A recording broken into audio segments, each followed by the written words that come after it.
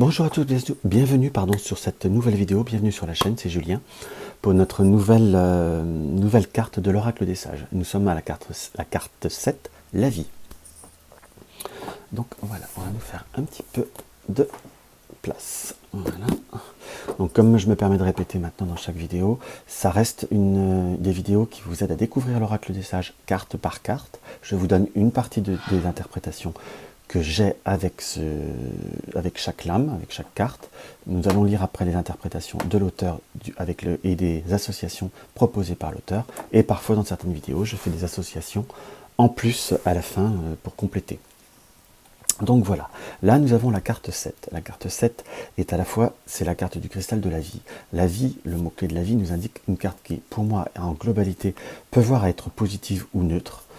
Après on regardera ce que l'auteur en donne, mais peut voir à donner presque une donnée temporelle. Pourquoi je dis une donnée temporelle? La carte de la vie peut être longue, peut être courte. On est d'accord selon les cas de chacun. Mais la carte, c'est une carte que parfois on peut avoir pour donner que ça va prendre du temps. C'est comme ça que je le ressens. Après, par exemple, avec la consultante, ça peut être la notion d'une grossesse qui peut voir arriver. Avec la carte de la vie, ça peut être des projets qui peuvent se mettre en place. On peut avoir ça reste une carte qui donne beaucoup d'informations et qui peut voir à donner énormément de, comment je pourrais vous dire, de compléments ou même presque de donner d'indices dans ce qui apparaît, et ça reste une carte qui reste très importante, je trouve, qui a une grande place dans l'oracle des sages. Donc c'est vraiment une carte que j'aime bien voir apparaître et qui me donne toujours des bonnes indications. Par exemple, la carte de la vie par rapport à une donnée, par rapport à une relation affective, ça peut donner une donnée temporelle importante en fonction de la place dans le tirage. Je tiens bien à le repréciser. Et pour un diagnostic, pour ceux qui veulent travailler avec les supports par rapport aux énergies ou à la santé, la carte qui suit, on va dire, l'oracle de la vie, enfin la carte de la vie est un très bon indicateur. Donc ça reste aussi quelque chose qui a une certaine importance. Donc voilà. Alors, la carte 7... Chose que je précise, en consultation, on n'aborde pas les problèmes de santé. Je tiens simplement à le préciser. Là, j'en ai parlé parce que parfois, on peut voir à se faire des tirages par rapport à soi, par rapport à une situation, par rapport à une forme, aussi par rapport à ses énergies globales. Alors, nous avons la carte de la vie, qui est considérée par l'auteur comme carte positive. Nous avons la clé, les mots-clés, pardon. Nous avons l'art, la création, la naissance, le projet et l'éclosion. C'est vrai que c'est des mots que j'aurais pu vous dire, c'est parce que c'est comme ça que je les ressens. Cette carte très positive symbolise toute forme de vie humaine, minérale, végétale, animale. C'est aussi la carte de la création, de la part d'imaginaire de l'homme qui prend forme dans la matière. À l'affectif, elle annonce le commencement d'une relation, la naissance des premiers sentiments amoureux. Si vous êtes en couple, elle représente les projets de vie communs, peut-être même une grossesse. On y met d'accord. Je trouve que c'est très complémentaire avec ce que j'ai dit. Je n'ai pas forcément donné les informations du livre, mais ça peut donner même une autre interprétation. Pour les professionnels, cette carte indique des métiers liés au domaine, avec le domaine artistique. Elle annonce aussi la possibilité d'un nouvel emploi en cas de chômage. Quelque chose qui redonne un renouveau. Et spirituel, elle annonce un épanouissement dans le domaine spirituel et vous rattache à vos origines. Quelques exemples d'associations. La vie et les rêves. Projet créatif concrétisé, réalisation des rêves. La vie et la balance, ou la justice, choix important dans la vie. La vie et le jour, grand bonheur.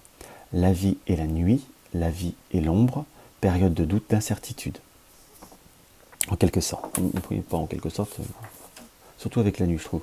La vie et le cristal noir, une personne toxique dans votre entourage. La vie et la foudre, accident, désarroi imprévu. Vous voyez qu'il y a beaucoup d'interprétations, c'est vrai que c'est une carte qui est très importante.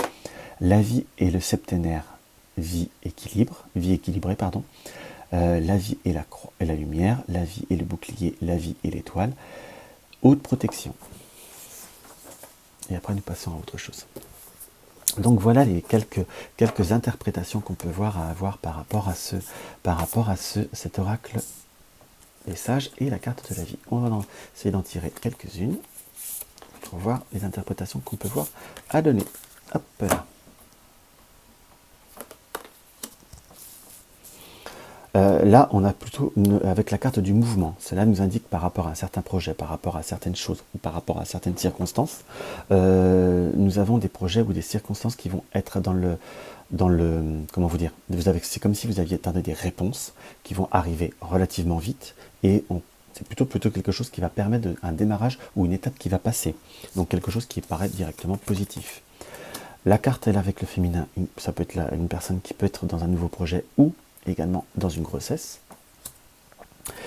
Et période de choix avec la balance, qui était une période de choix, période de décision.